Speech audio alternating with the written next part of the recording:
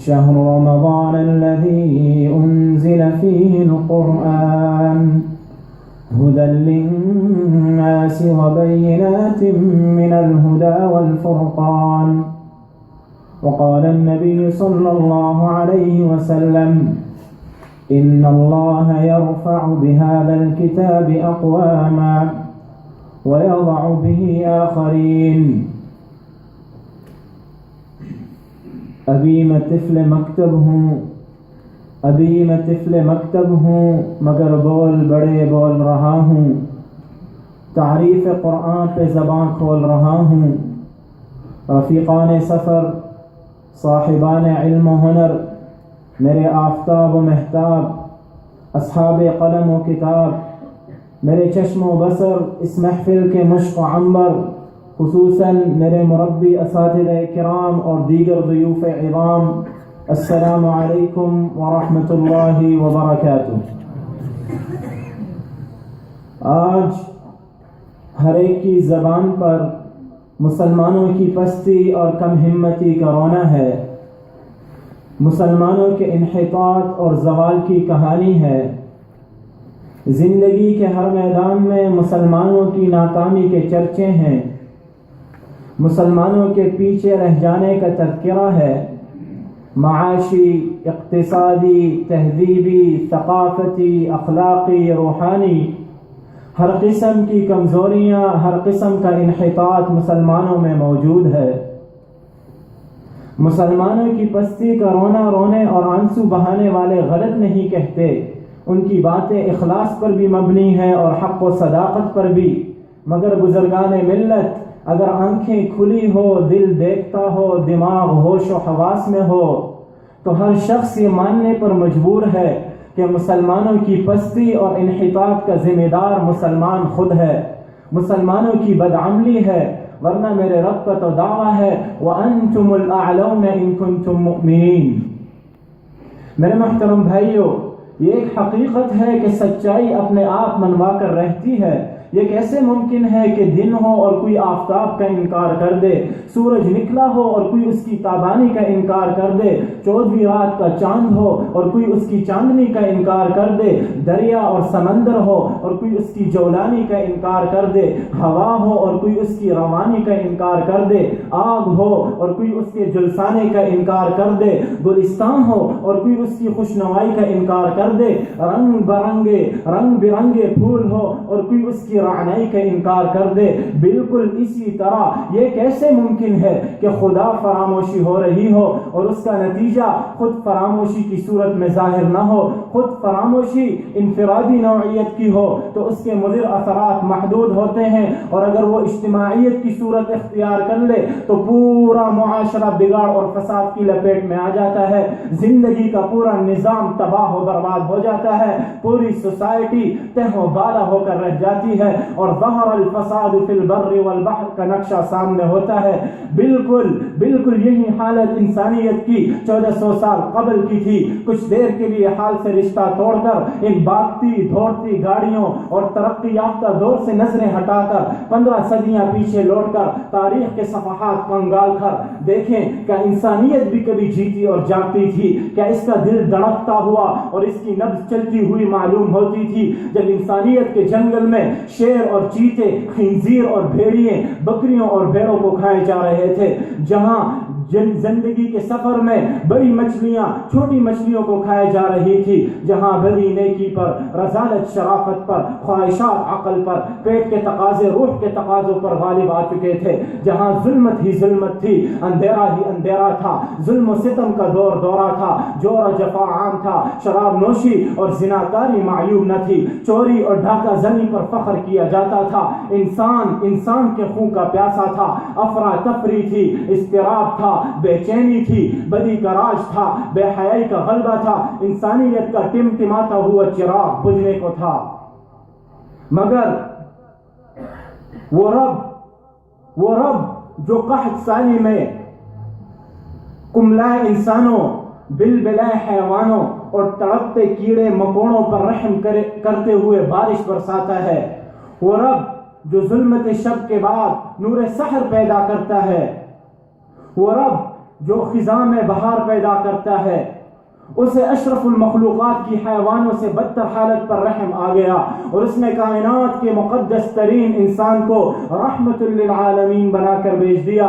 وما ارسلناک الا رحمت للعالمین، اور اپنے پیغمبر کو قرآن کی صورت میں انسانیت کا دستور دیا، ہدایت کا منشور دیا، راہ زندگی کا نور دیا۔ میرے بھائیو، حضور حق سے محمد کو وہ کتاب ملی، حضور حق سے محمد کو وہ کتاب ملی کہ جس سے قسمت نوع بشر چمک اٹھی۔ یہ وہ کتاب ہے جس کو کبھی زوال نہیں، یہی کلام ہے جس کی کوئی مثال نہیں۔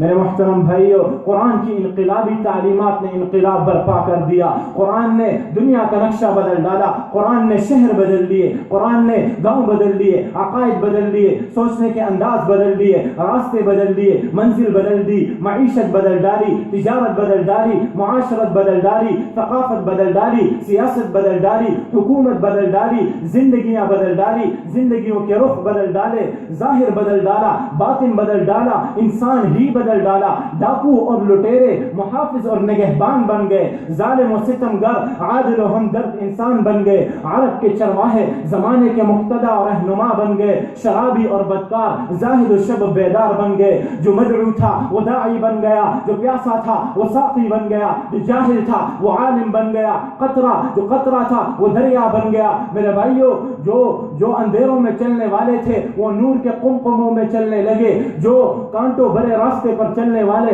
پھولوں کی سیج پہ آ کھڑے ہوئے۔ میرے محترم بھائیو، یہ انقلاب کیسے آیا؟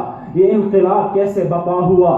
یہ انقلاب قرآن کو پڑھنے، اس کو سمجھنے، اس پر عمل کرنے سے بپا ہوا۔ یہ تبدیلی قرآن کی تعلیمات کی برکت سے آئی۔ یہ تغیر قرآن کو اپنا امام، مقتدا اور رہنما بنانے سے بپا ہوا۔ اور کیوں نہ ہوتا یہ تغیر، جبکہ جس رب نے قرآن اتارا وہ رب اعلیٰ، جس فرشتے کے ذریعے اتارا وہ فرشتہ تمام فرشتوں میں اعلیٰ، جس نبی پہ اتارا وہ نبی تمام انبیاء میں اعلیٰ، جس امت پہ اتارا وہ امت تمام امتوں میں اعلیٰ، جس زبان میں اتارا وہ زبان تمام زبانوں میں اعلیٰ، جس شہر میں اتارا وہ شہر تمام شہروں میں اعلیٰ، جس رات میں اتارا وہ رات تمام راتوں میں اعلیٰ، جس مہینے میں اتارا وہ مہینہ تمام مہینوں میں اعلیٰ۔ اس کتاب کی عظمت کا چرچا عرض پر بسنے والے نوع انسانیت ہی نے نہیں، بلکہ پہاڑوں کی جلال میں، سورج کی کرنوں میں، پھولوں کی چمک میں، کلیوں کی مہک میں، عصافیر کی چہک میں، موحدین کی تکبیرات میں بلند ہوا۔ میرے محترم بھائیو، آج بھی یہ قرآن ہمارے پاس موجود ہے، اور اسی طرح موجود ہے جس طرح نازل ہوا تھا۔ اس کی کسی آیت میں کوئی تبدیلی نہیں ہوئی، اس کا کوئی حرف، کوئی زبر، کوئی زیر، کوئی شوشہ نہیں بدلا۔ لیکن کتنی بد نصیبی ہے ہماری کہ ہمارے گھر میں خزانہ موجود ہے مگر ہم دوسروں سے بھیک مانگتے پھر رہے ہیں۔ ہمارے پاس روشنیوں کا منبع ہے مگر ہم دوسروں سے روشنی مانگتے پھر رہے ہیں۔ ہمارے سامنے آب شیریں کا دریا بہہ رہا ہے مگر ہم ہیں کہ پیاس اور پیاس کی صدا لگاتے رہے ہیں۔ ہاں قرآن تیرے چاہنے والے نہ رہے، جس کا تو چاند تھا وہ حالے نہ رہے، رہ گیا فلسفہ تلقین غزالی نہ رہی، رہ گئی رسم اذاں روح بلالی نہ رہی۔ کیا ان حالات میں رسول اللہ صلی اللہ علیہ وسلم کی شکایت بجا نہ ہوگی؟ وقال الرسول یا رب ان قوم اتخذوا هذا القرآن مہجورا۔ اس دن، قیامت کے دن، رسول اللہ صلی اللہ علیہ وسلم فرمائیں گے کہ یا اے میرے رب، میرے قوم نے اس قرآن کو چھوڑے رکھا تھا۔ آج ہم مسلمانوں کا کتنا زبردست المیہ ہے کہ ہم قرآن کو چھوڑے ہوئے ہیں۔ نہ معلوم کتنے مسلمان ایسے ملیں گے جنہیں ناظرہ پڑھنا بھی نہیں آتا، وہ اس کے معنی و مطلب پر کیا غور کریں گے، وہ اس سے ہدایت و رہنمائی کیا حاصل کریں گے۔ ایسے لوگ سب سے زیادہ محروم و قسمت ہوتے ہیں۔ خواہ دنیا جہاں کی دولت سے مالا مال ہو۔ میرے نبی اکرم صلی اللہ علیہ وسلم نے فرمایا ان الذی لیس فی جوفہ شیء من القرآن کالبیت الخرب، اسی قرآن کے ذریعے اللہ لوگوں کو اوپر بھی اٹھاتا ہے، نیچے بھی گراتا ہے، عروج بھی عطا کرتا ہے، زوال بھی دیتا ہے، ترقی سے بھی نوازتا ہے اور پستی میں بھی ڈالتا ہے۔ ان اللہ یرفع بهذا الكتاب اقواما ويضع به آخرین، جو اس قرآن پر عمل کرے گا، جو اس قرآن کو سمجھے گا، اللہ اسے سربلندی عطا فرمائے گا، اللہ اسے عزت دے گا، مقام و مرتبہ دے گا، جس طرح صحابہ کرام کو عزت دی، مقام و مرتبہ دیا۔ لیکن جو اس کتاب الہی کو چھوڑ دے، اس پر عمل ترک کر دے، وہ عزت والا کیسے بن سکتا ہے؟ اس کو صرف برکت کا ذریعہ سمجھ لے، اس کی ذلت و خواری کیسے دور ہو سکتی ہے؟ میرے محترم بھائیوں، آج کتنی بڑی بد نصیبی ہے ہماری کہ ہم گھر میں قرآن تو موجود ہے، گھر میں قرآن موجود ہے، مگر ہم پڑھتے نہیں، ہم دل میں ذرا بھی اللہ کا خوف رکھتے نہیں، ہم دل میں ذرا بھی اللہ کا خوف رکھتے نہیں۔ زلزلوں کی چیخوں سے اٹھ جاتے ہیں ہم فوراً، ہم سن کے اذاں کبھی اٹھتے نہیں، آتی ہے مصیبت تو خدا یاد آتا ہے، ورنہ کبھی سجدے میں سر جھکتا نہیں۔ کانوں میں اذاں کی بھلا کیسے آئے آواز، بند کبھی ہم ٹی وی کو کرتے نہیں، بند کبھی ہم ٹی وی کو کرتے نہیں۔ صورت سے تو انسان نظر آتے ہیں ہم، سیرت سے تو مسلمان مگر لگتے نہیں۔